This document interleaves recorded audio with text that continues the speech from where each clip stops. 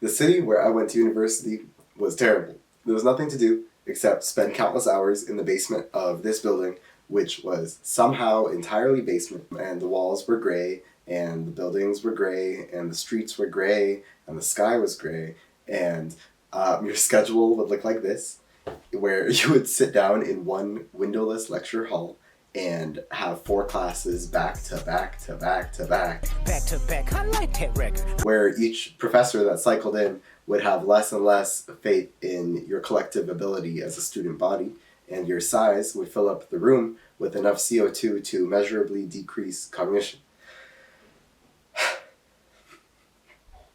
This is what I heard from a lot of the upper years in the summer leading up to my first semester of university. And it didn't scare me necessarily, but it was hard to not take that as something of like a warning sign of bad things to come. And I was locked in to live in that city for the next 5 years of undergrad. And so I didn't want to go in pessimistic, but I did start to question what I had gotten myself into. Like, should I have picked a better place to live? Somewhere with a social life? But I really believe that you can't knock something until you've given it a good, honest shot. And so that's hopefully what I would end up trying to do. So summer comes to an end, and September rolls around, and my mom and brother drop me off at my new dorm. And I start to see for the first time this place that I've only imagined and start forming opinions on it. And it looks like a shipping container. Which I like boats. That's kind of cool. So I go over to my friends' dorms, and the two of them show me around, and they have actual cardboard for the walls, and a communal bathroom that someone managed to clog on the first date, which, you know, proximity and solving problems together is a good way at building lasting friendships, I've heard. But it's only the first date. You can't knock something until you've given it a good, honest shot.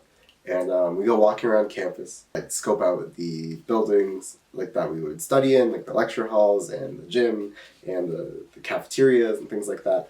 And as we're walking by the Student Life Center, we pass a group of kids playing spikeball in the courtyard on the grass outside. And just to preface, I wish that this story involved a cooler sport than spikeball. If you haven't heard of it, you have this like net that you string out. And you have this yellow squishy ball that you slap around in a small circle on a field. And so it's not like as cool as, you know, finding self-discipline on a basketball court or like brothers for life on the soccer pitch. But regardless, we see them playing spikeball, and one of us gets the idea to walk up and ask to join, along the lines of, "Hi, it's our first day. Can we play with you guys?" And they're really nice and let us hop in for a bit. And we played until the evening light faded and it got hard to see the ball. And then we walked back to the little tent that they had set up.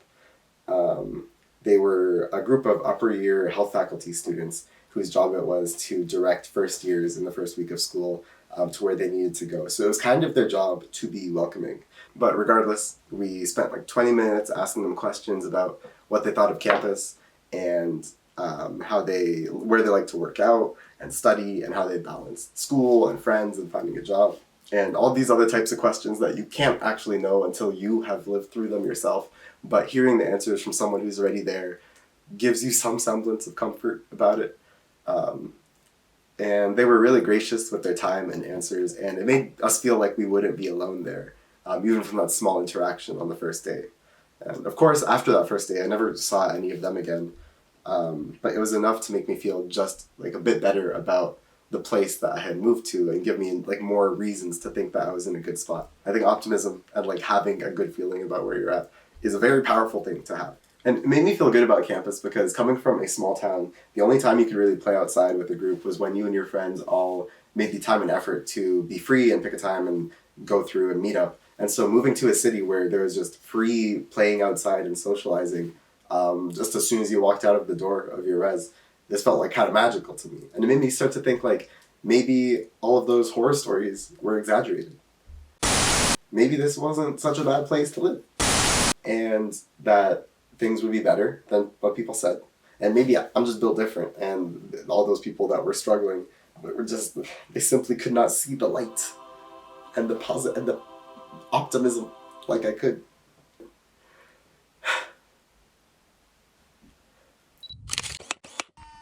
So 2 years passed, and some of that boundless youthful optimism became a bit more bounded. School does end up being pretty difficult, and the pandemic did give me a lot of easy ways to feel really stressed out and locked up in myself. 2 years after, I was moving back to campus again in September 2021. And September is always an optimistic month for me. I just don't know how it can't be. It's the perfect new start. And school ended up being not all bad. I did end up making friends and making it through classes without feeling disastrous. We definitely had more temperate expectations. We knew that if we were going to get out and do something fun, it would have to be in the week before classes started.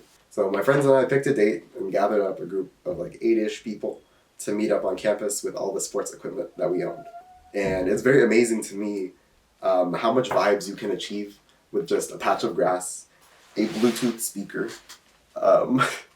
a soccer ball, a frisbee, a spikeball net, and just like a sunny day. We set up and started playing games and talking about our new apartments and the classes that we had and how we spent our summers and the new Drake album cover that came out around that time. And it was so picturesque. It felt like the Dolphin Paradise meme with the dude jumping in the part of your symphony. And then after a while, a girl walked up from the side of the field and said something along the lines of, "Hey, I'm first year and it's my first week and I don't know anyone. Can I play with you guys?" And of course we said yes, and freed up space on the spikeball net because that was the most prime real estate because there's only 4 spots. And we started playing and talking, and she introduced herself. And she said something that really stuck with me. She said that the entirety of her last 2 years of high school was online because of the pandemic. And so she missed out on a lot of the experiences that she had imagined that she would have at the end of high school. And so now that she was on campus for university, she wanted to make the most of it and like do as many things as she could to maximize her experiences. So she was trying to go to all the gyms and the rock climbing gym and dance studios and join clubs and things like that. And I thought this was such a good mindset to have, especially for her 3rd day out there. We set up nets with our backpacks on the field and played soccer 5v5 until we got tired and sat on the grass and listened to good sitting in the grass music and just talked a little bit more. And then the evening light started to fall and we said bye and wished this first year good luck and walked home. I didn't see her again that semester because everyone becomes in their own routine and in their own life. But it did occur to me a few months after that we had been on the exact same spot in the same courtyard in the same like time period, like the first week of school, as I was when I played spikeball with that group of strangers back on my first day of school. And it felt like such a full circle moment to me. And that pattern and the symmetry of it being the same spot, same game, same situation made me realize that I think one of the things that makes a city good to live in is the community. And this felt like a very prime example of what community means, where you have other people be there for you so that you can be there for other people once you're more well off and you feel more comfortable and know like what's going on. And it felt really special to have that kind of moment spring up, I guess, naturally.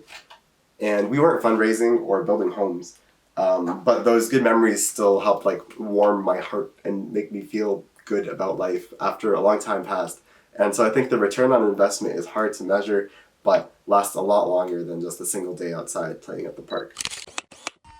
Now that I moved to New York, it feels like I have to be looking for and creating those same types of opportunities because it's a fully new city. And I have the same questions that I had when I was moving to school for the first time. Things like, will I be able to live a fulfilling life here? Will I be able to find people that I can hang out with? Will I have a social life? Will people be there for me when I need it? Is there anything to do? And so it did end up being pretty good. This place that I live right now, I'm like a 10-minute walk from some of my friends and people are close by. And I've been able to find ways to hang out and spend time with the people that I like to hang out with. And so one night earlier, like when I first moved in back in September, we met up and we were going to go see nightlife in the East Village. Let's go walk around and see what was going on. A couple hours in, outside of a pizza place, my girlfriend's roommates came and joined up with us. And we were introducing each other and like saying what's up. And one of them pointed at me. She was like, "Wait, I know you. I met you before. You were playing outside that one day in my first week of school, and I asked if I could join you guys, and you said, yeah, sure, come through. And we played spikeball. And it was so weird to me, because it felt like, it was like, not to be too dramatic, but it felt like I was meeting like a friendly ghost, where it was someone that still remembered that same moment as me, even though we had spent the rest of the next 3 years living fully separate lives, like doing our fully own things. And it reminded me that the experiences that you share with people can stick with them as long as they stick with you. And so it was cool to meet someone and be reminded of that in a very serendipitous way. And so I don't think this story is just about playing in the park, but honestly, playing in the park is such a goated activity. It's such a good way to spend time with your friends and meet new people and just like enjoy yourself. The things that I take away are I want to try creating the opportunities that were created for me. And if I enjoy something, I should try to make that happen more, because the fact that I enjoy it means that others probably will too. And they'll appreciate it a lot. It's a small world. Back to back. I like that record. I'm going to get back to that for the record. Where's my phone?